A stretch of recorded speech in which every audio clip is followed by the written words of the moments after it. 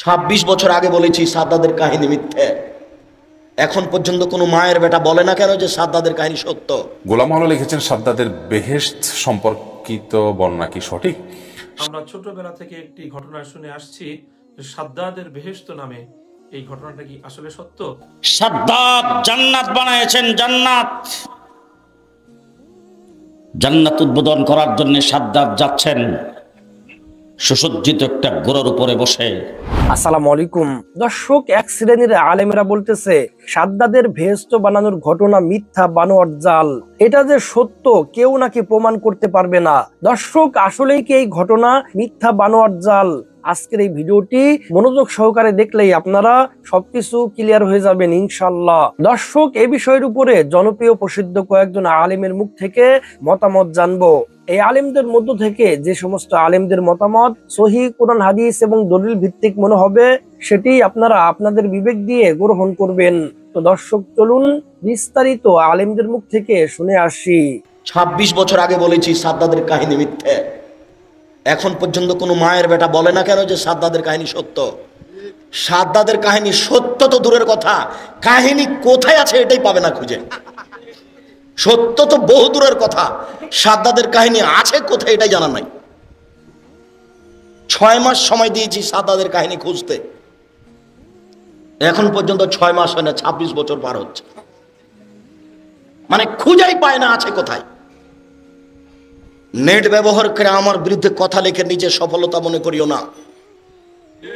মানুষের বদনাম করে, মানুষের গীবাত করে, কথা কেটে কেটে আগে পিছে বাদ দিয়ে একটু কথা লিখে দিয়ে নিজেকে শিক্ষিত মানুষ মনে করো না। এইভাবে পরকাল হারায় না, ভুল কথা, ভুল হিসাব। নিজে কিছু জাতির সামনে বলতে শিখুন। মানুষের পিছনে লেগেছেন কেন? নিজে জাতির সামনে কিছু বলতে শিখুন। কয়টা হাদিস অনুবাদ করেছেন জীবনে বলেছেন? এই যে শিক্ষাটুলিতে এসে প্রথম থেকে এখন পর্যন্ত হাদিস বলতে আছে। গোলাম মাওলা লিখেছেন, সাদ্দাদের বেহেশত সম্পর্কিত বর্ণনা কি সঠিক? সাদ্দাদ এই ব্যক্তি ইতিহাসে বিভিন্ন জায়গায় উল্লেখিত হয়েছেন। আল্লাহ তাআলার প্রতি ঈমান ছিল না, পৃথিবীর ইতিহাসের বড় বড় কাফের এবং আপনার আল্লাহ দ্রোহী মানুষগুলোর মধ্যে থেকে একজন। তো এই সাদ্দাদ নাকি বেহেশত তৈরি করেছে, জান্নাতের বিবরণ শুনে জান্নাতের আদলে জান্নাত তৈরি করেছে এবং সেখানে প্রবেশ আগে সে মৃত্যুবরণ করেছে ইত্যাদি ইত্যাদি। এরকম দীর্ঘ গল্প এবং ঘটনা আমরা অনেকে পড়ে থাকবো। এটি কোনো কোনো ইতিহাস গ্রন্থে, তাফসীর গ্রন্থে এসেছে, কিন্তু এ সম্পর্কে মুহাক্কিক ওলামায়ে কেরামের মন্তব্য হলো যে এগুলো ইসরায়েলি বর্ণনা, ইহুদিদের বিভিন্ন বর্ণনা থেকে এসেছে। মূলত নির্ভরযোগ্য কোনো বর্ণনায় সাদ্দাদের এই বেহেশত নির্মাণের যে ঘটনার কথা আমরা শুনতে পাই এবং বহুল আলোচিত, এটির কোনো ভিত্তি খুঁজে পাওয়া যায় না। এবং এবারে ইমাম ইবনে কাসির রাহিমাহুল্লাহ সহ অনেক মুফাসসির এবং মুহাক্কিক ওলামায়ে কেরামের মন্তব্য রয়েছে যে নির্ভরযোগ্যতার বিচারে এই ঘটনা প্রমাণিত নয়। অতএব এই ঘটনা আমরা বর্ণনা করব না এবং এটা বর্ণনা করার থেকে, শোনা থেকে, বলা থেকে আমরা বিরত থাকব। শরিয়ার যে বিশুদ্ধতার মানদণ্ড আছে, মাপকাঠি এবং মূলনীতি আছে, তার আলোকে এই ঘটনা প্রমাণিত নয় এবং ইসরায়েলি বর্ণনা থেকে আসছে এবং বানোয়াট কিসসা কাহিনী থেকে এগুলো আসছে। হুসাইন নামক এক ভাই জানতে চেয়েছেন, আমরা ছোটবেলা থেকে একটি ঘটনা শুনে আসছি যে সাদ্দাদের বেহেশত নামে, এই ঘটনাটা কি আসলে সত্য?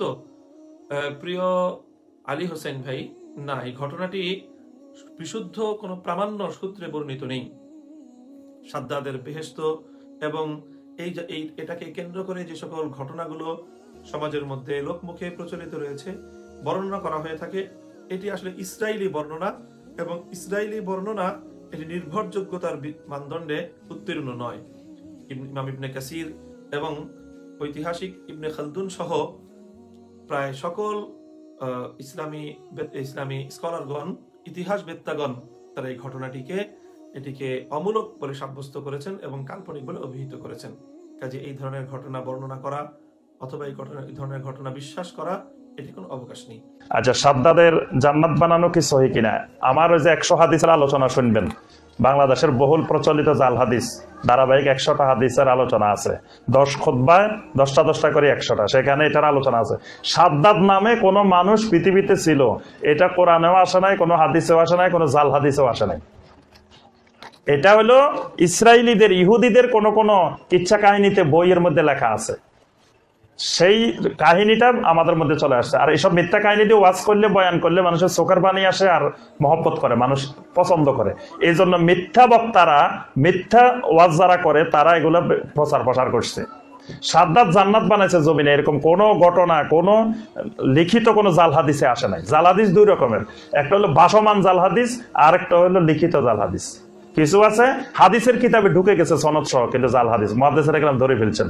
আরেকটা হলো হাদিসের কিতাবে ঢুকে নাই, মানুষের মুখে মুখে সিনা বসিনা বুঝেন, মানে অনেক এলেম আছে কিতাবে থাকে, অনেক এলেম কিতাবে থাকে না, এগুলো সিনায় থাকে। তা আপনি যদি কোন এটা কই ফেলছেন, তো এটা তো সিনের মধ্যে, এটা দেখানো যাবে না। মানে চুরি করার পদ্ধতি, দলিল দেখানো লাগবে না যে সিনের মধ্যে। এই জন্য দেখবেন এই নীতিমালা যারা বিশ্বাসী তারা বলে যে ব্যক্তিই দলিল, ওই লিখিত এটা দলিল না। এই নীতিমালা শুনছেন না? ওই কেউ যদি তোমাদের কাছে দলিল চায়, বাস দিয়ে ফিটাইবা।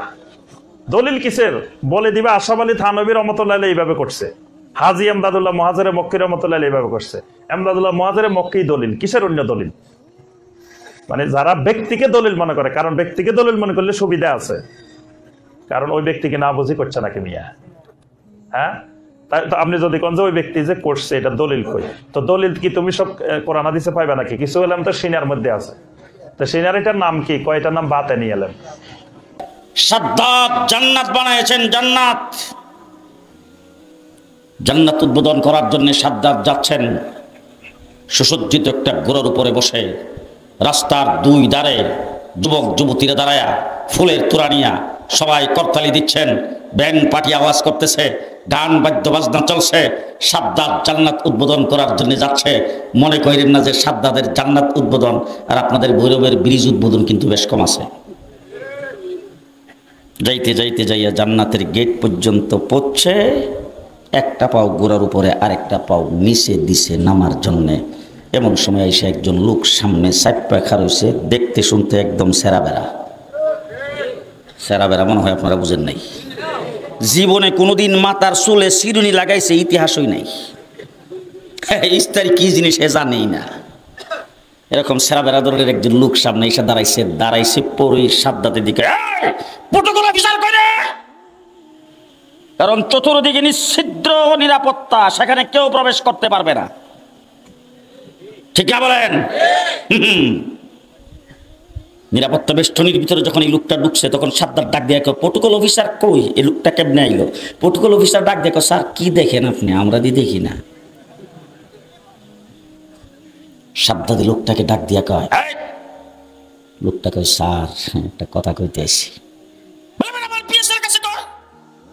কথা বলার জায়গা পাস না, দমক দিছে পরে লোকটা আর একটু সেপ্পাকার হয়েছে। এখানে দেখো স্যার, কথাটা আপনার কাছেই কইতে হইব, যে পিএস এর কাছে বলার জিনিস না। একটা পাও কিন্তু গোড়ার উপরে, আরেক পাও গোড়ার নিচে। সাদ্দাত দেখো কি কইবে, তাড়াতাড়ি কই এলাকো, স্যার এইভাবে না, একটু কানে কানে কইবার চাই। গাঁটটা এইভাবে কাট করে দিছে, কানের মধ্যে মুখটা লাগে, স্যার আপনি আমার চিনেন নাই, আমি আজরাইল। কেডা?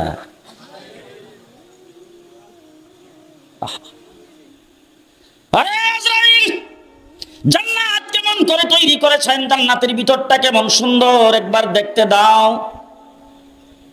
আজরাইলে ডাক দিয়া কয়, একটা পাও গোড়ার উপরে আরেক পাও গোড়ার নিচে, উপরের পাওটা নিচে নামাইবার অনুমতি আমার আল্লাহ আমাকে দিয়া পাঠাই নাই। উপরের পাওটা উপরে রয়েছে, নিচের পাওটা নিচে। এই অবস্থায় সাদ্দাত জনমের মতো পৃথিবীর থেকে বিদায় হয়ে গেছে। থানার থেকে যদি আপনার বিরুদ্ধে পুলিশের গ্রেফতারি পরোয়ানা থাকে, পুলিশ আসছে থানার থেকে, 100 মাইল বেগে বাতাস ছুটছে, ফেরি বন্ধ, পুলিশ আর এখানে আসতে পারবে? ঠিক না? 2 নম্বর, আপনি যদি এলাকার বড় কোনো লিডার হন, হাজার হাজার লোক যদি আপনার সমর্থনে থাকে, ফেরিঘাটে যাইয়া তারা বলবে বল্টু ভাইয়ের বিরুদ্ধে কিছু হলে জ্বলবে আগুন ঘরে ঘরে। মানুষ দাঁড়াইছে 3000, পুলিশ আইছে 10 জন। পুলিশ পেছনের দিকে ফিরবে না, দৌড়ে যাবে আর বলবে, চাচা আপনার জান বাঁচা। 3 নম্বর, যদি আপনি টাকা পয়সাওয়ালা হয়ে থাকেন, ফেরিঘাট থেকে যখন পুলিশ খালি এসে উঠতেছে, এমন সময় একজন এলাকার নেতা যাইয়া পুলিশের সঙ্গে করমর্দন কইরা কানে কানে, স্যার কি দেশে, স্যার ঠিক আছে আজকে চুপ নেন, বাকি কালকে দেখা করবো। পুলিশ যায় বলে দেবে গেছিলাম আসামি পাই নাই।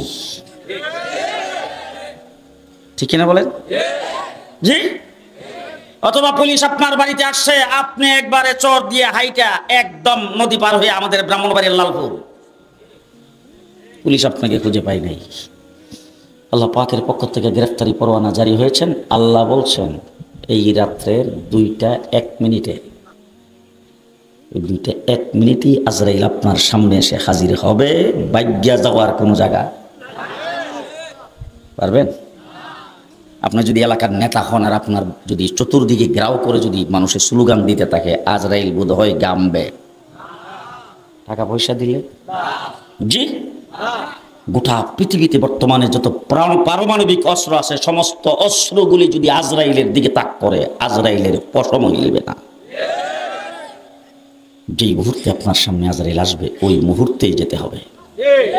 দর্শক, আশা করি সম্পূর্ণ ভিডিওটি আপনারা দেখেছেন এবং সবকিছু বুঝতে পেরেছেন। দর্শক, এই আলেমদের মধ্য থেকে যে সমস্ত আলেমদের মতামত সহিহ কোরআন হাদিস এবং দলিল ভিত্তিক মনে হবে, সেটি আপনারা আপনাদের বিবেক দিয়ে গ্রহণ করবেন। তো দর্শক, কোন কোন আলেমের মতামত আপনাদের কাছে সহিহ এবং কোরআন হাদিসের অনুযায়ী মনে হয়েছে, আপনাদের মন্তব্য অবশ্যই কমেন্ট সেকশনে জানিয়ে দিবেন।